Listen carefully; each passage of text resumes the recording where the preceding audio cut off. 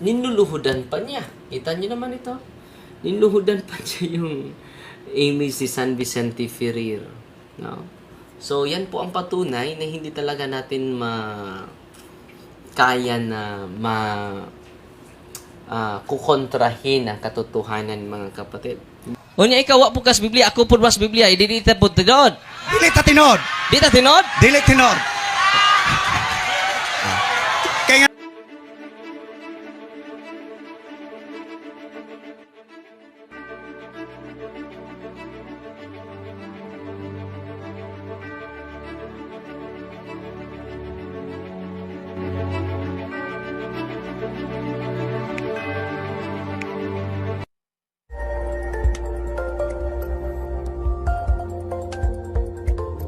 Ano lang tayo, mag-komentaryo lang tayo. At pasensya na po sa mga taga-Luzon, hindi kayo magkaintindi.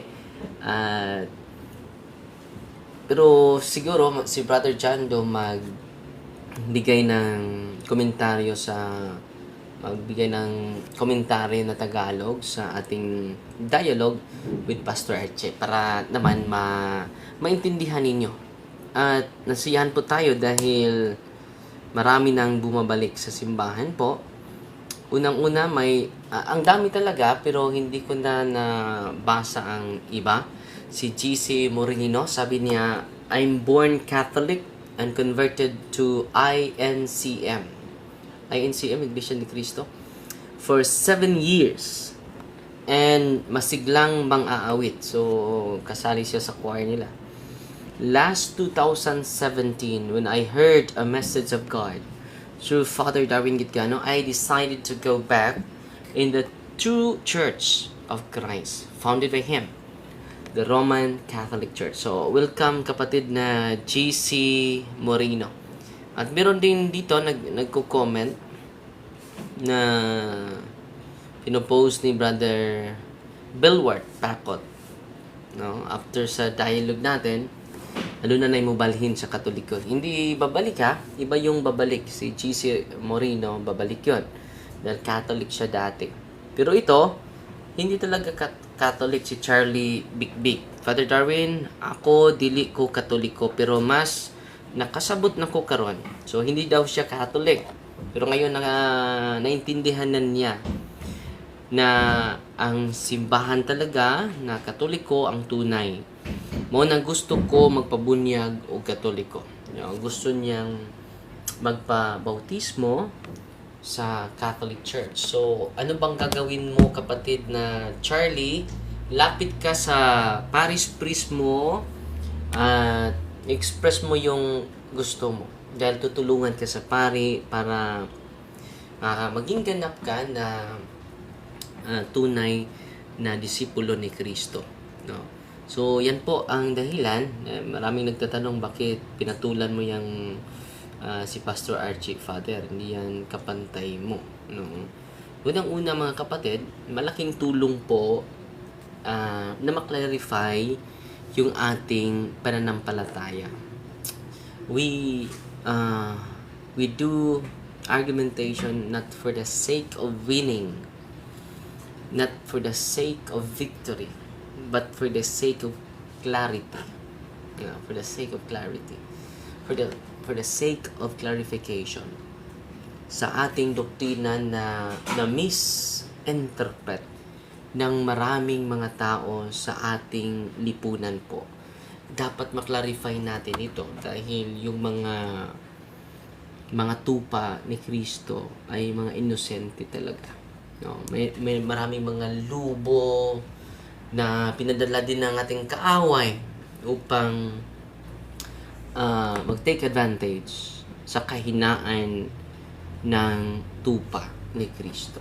So, anong sabi niya sa John chapter 10? Malinaw na malinaw po ito. John chapter 10 verses 16. Ito nakasulat mga kapatid. Mayroon akong ibang mga tupa na wala sa kulungan ito. So sa turil, sa kulungan ito. Kailangan ko rin silang dalhin dito at kanilang papakinggan ng aking tinig. kaya't magkakaroon ng isang kawan na may isang pastol. So, kukunin ko sila. At, para mapakinggan nila yung tinig ko, yung katotohanan na iniwan ni Kristo para sa ating lahat, mga kapatid. So, salamat po tayo sa lahat ng mga sumusubaybay sa ating programa, sa live natin. So, maabot na ang live natin kahapon, umabot ng 18,000 reactions. 373,000 ang nanonood sa ating live mula kahapon. Hindi pa isang araw na, no? Isang araw na. So, 375 na yung nanood. 375,000 na ang nanood. At kita natin na bawal ang pagluhod ng larawan, pero kita nyo naman na pinupost natin dito, lumuluhod si Pastor Archie sa harap mismo ng larawan. Tingnan nyo mga kapatid, oh. Kita ninyo? Hindi malinaw, no? Hindi malinaw. Lumuluhod siya sa harapan ni San Vicente Ferrer. Sabi niya, kapag luluhod ka, sinasamba mo na yan. Diyos-Diyosan mo na yan. So, tingnan nyo mga kapatid, hindi consistent siya sa kanyang ginagawa. Bawal daw ang pagluhod, pero sa kanyang talk, nagdadala siya ng imahe ni San Vicente Ferrer. At ninuluhudan pa niya. Kita nyo naman ito. Ninuluhudan pa niya yung image ni San Vicente Ferrer. No? So, yan po ang patunay na hindi talaga natin kaya na kukontrahin ang katotohanan, mga kapatid. Hindi natin kaya na kukontrahin ang katotohanan. Unless kung abide tayo sa katotohanan, mga kapatid. At hindi siya consistent sa kanyang sinasabi dahil naliligaw na siya sa mga iba't ibang topiko. No? Umabot na siya sa purgatorio, umabot na siya sa pagsamba. Yung topic natin, Roman Catholic images are all idols. Are all pagan images. Yan ang topic natin eh. So, sa debate, dapat yung specific topic ang elaborate. Hindi ka gagawa ng ibang topic na nasa isip mo. Dahil yung specific topic, yan dapat ang elaborate natin. At yung mga talata na ginagamit niya, Exodo, Deuteronomy, Bakok, Habakuk, no? Hindi naman tayo tutol dyan. Dahil pinagbawal talaga ang paggawa ng mga imahe ng mga Diyos-Diyosan. Sa term lang, Diyos-Diyosan, so kinikilala mo na Diyos ang imahe na ito. Pero iba tayo mga Katoliko eh. Hindi natin kinikilala ang kahit ang larawan ni Kristo ay hindi kinikilala natin na Diyos. Ang Diyos ay ang nagrepresentar sa larawan ni Kristo. Si Kristo mismo, the real Christ. Hindi natin tinuturing na si Kristo, yung larawan ni Kristo ang Diyos. Yung mga pagano, yung larawan nila ay kanilang Diyos. Babasahin natin. Yan ang binabasa natin at tinatanong natin sa ating mahal na kapatid. Pero hindi pa niya lubos maunawaan ito. Isaiah, hindi nabayihan ng mga talata eh. Para maintindihan niya ng maigi. Ito ang nakasulat, mga kapatid. At ang nalabi sa Isaiah 44:17, at ang nalabi ay ginawa niyang Diyos, ang kanyang Diyos-Diyosan. Kaya ito'y niluluhudan at sinasamba, dinadalanginan at nagsasabi, iligtas mo ako sapagkat ikaw ang aking Diyos. So merong imahen dito, katulad nito. So sinabihan niya yung imahen, iligtas mo ako sapagkat ikaw ay aking Diyos. So, ang Diyos niya ay ang larawan. Pero tayong Katoliko, kahit larawan ito ng Panginoong Hesukristo, hindi Diyos natin ang larawan. Kundi, ang nagrepresentar nito ang tunay na Diyos. Hindi ang larawan ang Diyos. Wala namang kapangyarihan itong mga imahin na ito. Pero naging banal ito dahil binibless ng pari. So, ngayon mga kapatid, so magkaiba talaga. Meron tayong image ni Saint Michael. Hindi naman sinasabi ng Katoliko, iligtas mo ako, imahe ni Saint Michael, dahil ikaw ang aking Diyos. Hindi natin ginagawa yung ipinagbawal ng Diyos. Ang ipinagbawal ng Diyos, kung ituring mo na ang ribultong iyan ay Diyos mo. Kahit ang larawan ng Diyos Ama, kahit ang larawan ng Diyos Espiritu Santo, kahit ang larawan ng ating Panginoong Hesukristo, ang anak ng Diyos, hindi nga natin tinuturing na Diyos eh. Yung Diyos, ribulto din yun. Yung mga ribulto ng mga anghel, hindi yung Diyos-Diyosan, dahil yung bayan ng Diyos ay manalangin sa harap ng dalawang ribulto ng mga anghel. Pero hindi nila tinuturing ng larawan na ipinagawa ng Diyos ni Moses ay Diyos. Yan po ay Diyos-Diyosan. So, kailan ba maging Diyos-Diyosan ang imahe ni Mama Mary? Kung ituturing natin na ang larawan ni Mama Mary ay Diyos ni Father Darwin. Yan ang isa sa mga definition na maging Diyos-Diyosan ang ribulto. Kahit anong larawan. Yung larawan ko kapag ituturing ng tao na Diyos, maging Diyos-Diyosan yan. Okay? So, hindi nila naintindihan yan eh. At sabi ni San Pablo, may definition na naman si San Pablo sa Diyos-Diyosan. Dito sa unang Korinto, ito ang inuulit ko. At nabigla na lang ako sa kanyang sagot. Sa 8.4, kaya tungkol sa pagkain ng mga bagay na inihain sa mga Diyos-Diyosan, nalalaman natin ang Diyos-Diyosan ay walang kabuluhan sa sanglibutan at walang Diyos liban sa iisa. So sa ibang translation ito, nagrepresentar sa hindi tunay na bagay.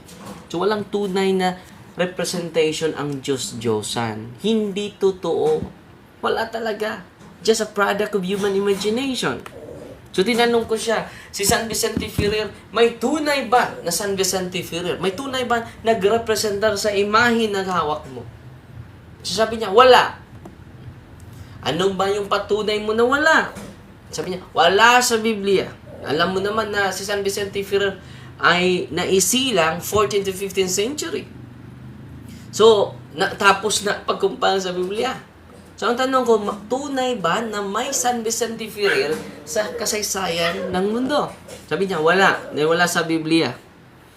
Kasi nabayan ko din yung nasa isip niya. Ikaw at ako, wala din sa Biblia. Hindi din tayo tunay. Tiyo, hindi tayo tunay. No? Dahil, dinidefinsaan niya yung kamalian ng ating mahal na kapatid. Pero, okay lang. No? Na-explain naman natin at marami namang bumabalik na sa simbahan. So, okay lang. No? Dahil marami namang naliwanagan sa pamagitan ni Pastor Angides. At meron ding gustong makig-dialogue sa atin. Sana hindi siya aayaw, aatras. Patunayan ko, i-announce na natin sa sunod na araw mga kapatid ang patungkol sa, pasensya na kayo, maingay si Buknoy at si Buknay dito. Kasama ko sila dito. So ngayon, hindi ko makita sa live sa YouTube. Ilan nanonood sa YouTube natin mga kapatid. Tingnan muna natin. Baka may mga nagko-comments sa ating So, nag-live tayo. So, nag-live din ang Dalawa yung live natin ngayon. So, ang daming nanonood sa atin sa live. 130 po. Magbabasa lang ako ng... ang daming nagko-comment. Hello, Father. Madyong hapon. Si Chan Liway TV. Si May Lovilla Cabillo. Nanonood sa atin. Dominga Caballes. Joselito Gilo. Di Father. At si Maria Dulce Lapis. Ayong gabi, Father Darwin. Amin ko from Matabsu. Si Marlo Ihabre nanonood sa atin. Si Gina Umpan. Si Mighty nanonood sa atin sa Dublin, Ireland. Si Kinarth Days. Thank you, Father Darwin, for enlightened us the teaching of the Catholic Church. Happy Life Vlog. Good evening, Father Darwin. Salamat po. At si Mary Manato. Si Mark Albert nanonood sa atin. Si Kinarth Days. Magandang hapon, watching from Saudi Arabia. Si Joyce Kunalis natin 49 pesos. At si Dancer Lula Dominga Caballes, good evening. Si Pastor Archie na bug ng hambog nga down kaniya, Father. Nagtuo siya nga wa mi maminaw. So totoo naman na daog jud siya. No, daog jud si Pastor Archie. No, duha ka daog, no, daog. At si Blame Game nanood sa atin. Si Jose Garcia, Father Darwin Gitcano, nawa maraming salamat sa Diyos. Ikaw ang gidamit ni Yahweh, may balik sa Roman Catholic ang ating kapwang naligaw. Si Efreline Carillo, good day, Father Darwin, watching here in Kuwait. Si Janning, very clear explanation. Unya, di jud masabtan sa uban. Si Joy Canales, no, watching ko gahapon. Walay klaro si Archie. God bless you. So, atin na lang ipagdasal si Pastor Archie na maliwanagan, no? At si thank you Joy Canales sa pag-share sa super chat. Pwede kayo mag-share ng super chat, mga kapatid, sa ating live. Good afternoon po, Father Darwin, silent viewer po, watching from Abu Dhabi. So, ang dami nang nanonood sa atin. Good day po, listening from Vatican City, OFM. So, salamat po. Si Sister Elizabeth Asuncion. At si Nien, no, hindi nila maintindihan kasi sirado ang puso at damdamin nila. Sana bigyan nila ng pagkakataon na pag-aralan ng doktrina. Totoo yun. Dami namang nagko-comments natin sa live, no? Si Sister Elizabeth De Los Santos, sabi nila sa atin ng $25. Wow. No? Super chat ba ito? Salamat po. So, punta naman tayo dito sa kabilang banda sa ating live sa sa Facebook. So, ang daming nagko-comment na sa live natin sa Facebook. Umabot na 400 bago lang tayo. At pasalamat ayun. Pasalamat tayo sa nagpadala sa atin ng mga stars. Si Millie Oliva na 500 stars.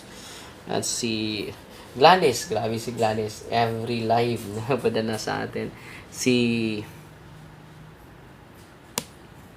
145 stars. Si Mercy Alferis din 100 stars. 150 stars. At si Will John Sofilpida 50 stars. 100 stars. At si Ruth De La Serna 100 stars. At si Art Tagal 100 stars. At si dami nagpadala, no? Si Annie Ray 50 stars. At si Sister Ninita Smith 20 stars. At si Nis Kabur 10 stars po. Salamat po. At si Helen Pia Riquerme nanood sa atin 10 stars. At si Yuyo Chiri Aniver walay kaya si Pastor Gabi Pader. At si Christian Yuan Sumalinog, importante na bless ang San Vicente pero ni Pastor Archie on na-bless natin. Na-bless natin kahapon. Then nandun pa siya sa live natin. Si Nanay Jocelyn Lumahang. Hello, Father Di Jud, gusto mo sabot. Imong kadalig gahapon, bahala siya. Mas importante ang mga listener na kasabot. Importante na mahalaga. Si Bibo Salazar, thank you, Father, sa dagdag kaalaman. God bless you more. Si Jewel Lagumbay. Hello, Father, watching from Island. Sikihor, God bless you po.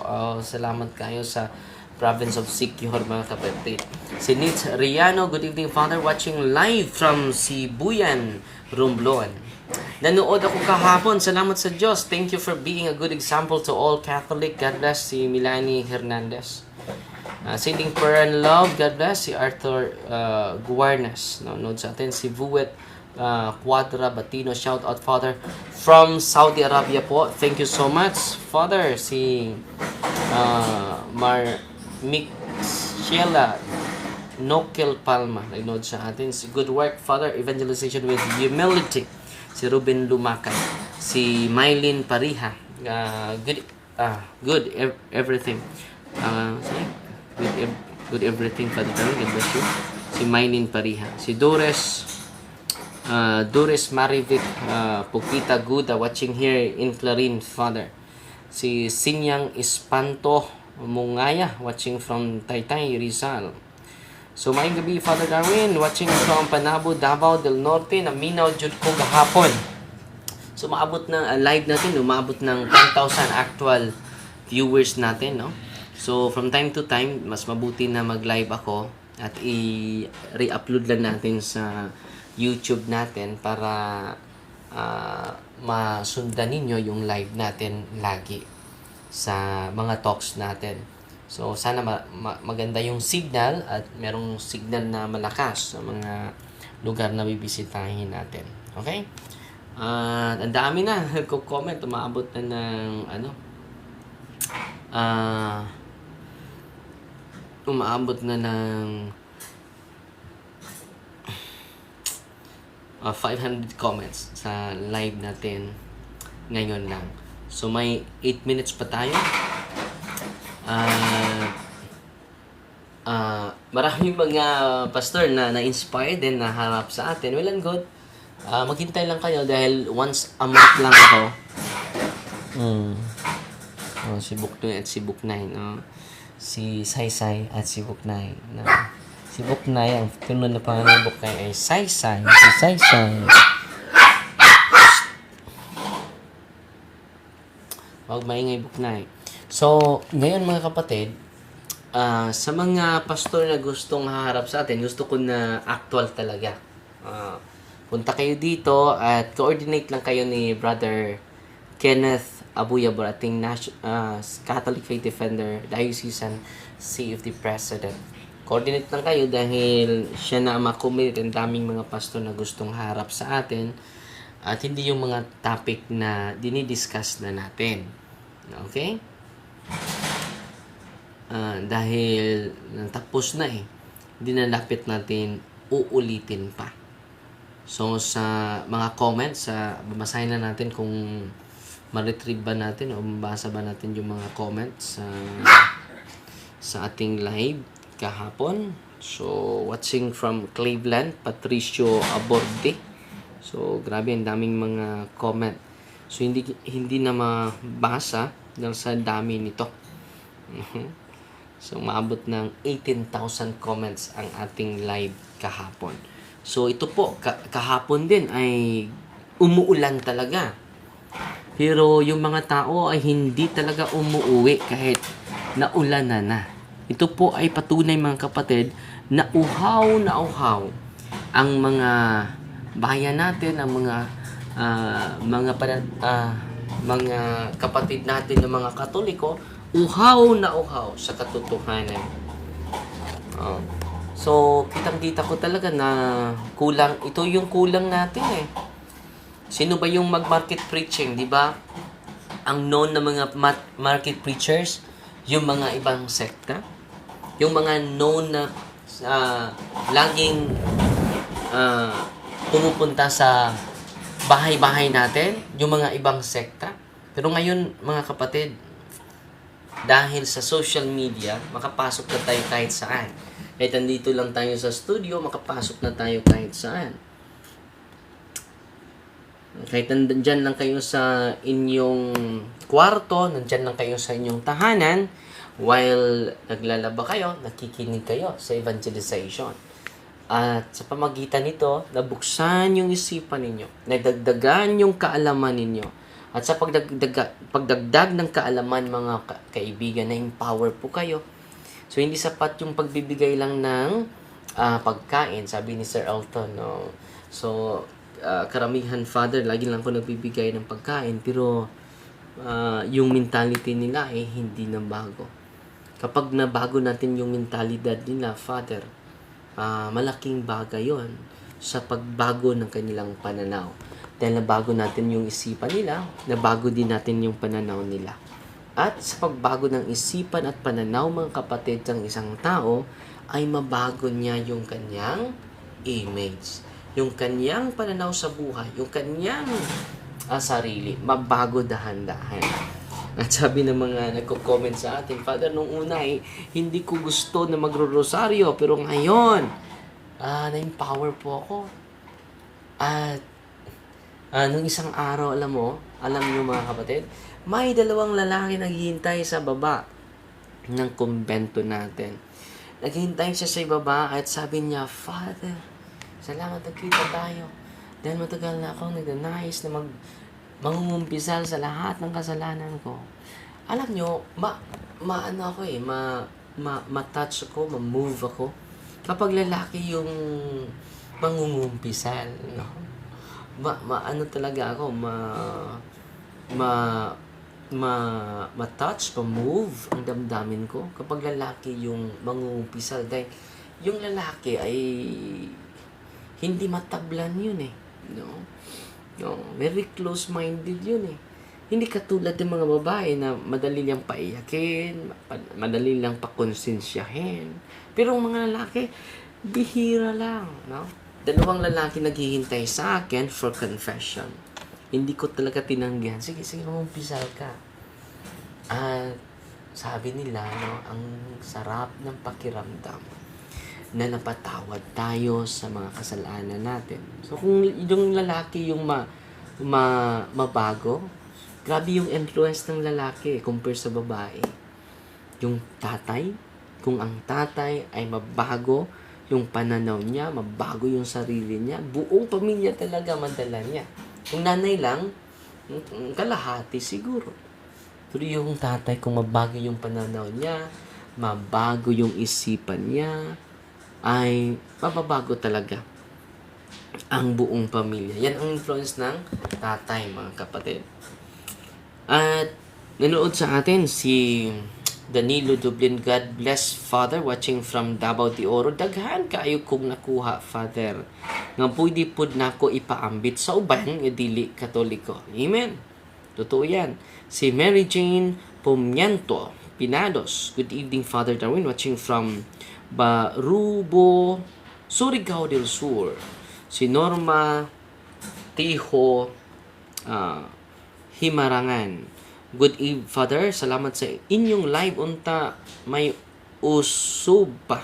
Every month po, sisikapin natin na meron tayong dialogue with different Christian. O si Nanay Edith Bardinas, musta kayo dyan, Nay? Sana nasa mabuting kalagayan po kayo. Si Sister Lucille Vicente, si Carmel Corazon Gorion, si Inaria A. Merinod sa atin, si Brother Rafael Tubog Jr., Mary Joy, si Apa Kahaybuhi atong iyang gikulitan karon. Kani sila Anides ug si Inting mauni buhi nga ribulto. Kaila mo ani. So, maraming salamat sa inyong walang humpay na pagsubaybay, mga kapatid. At Fighting Maria po, the Taxi FD with a humble heart. The Lord be with you and with your spirit. And I consecrate all of you in the name of the Father, and of the Son, and of the Holy Spirit. Amen. So, God bless po. God bless. To make His message known is our responsibility. So here we are to pledge our lives to the Lord of eternity.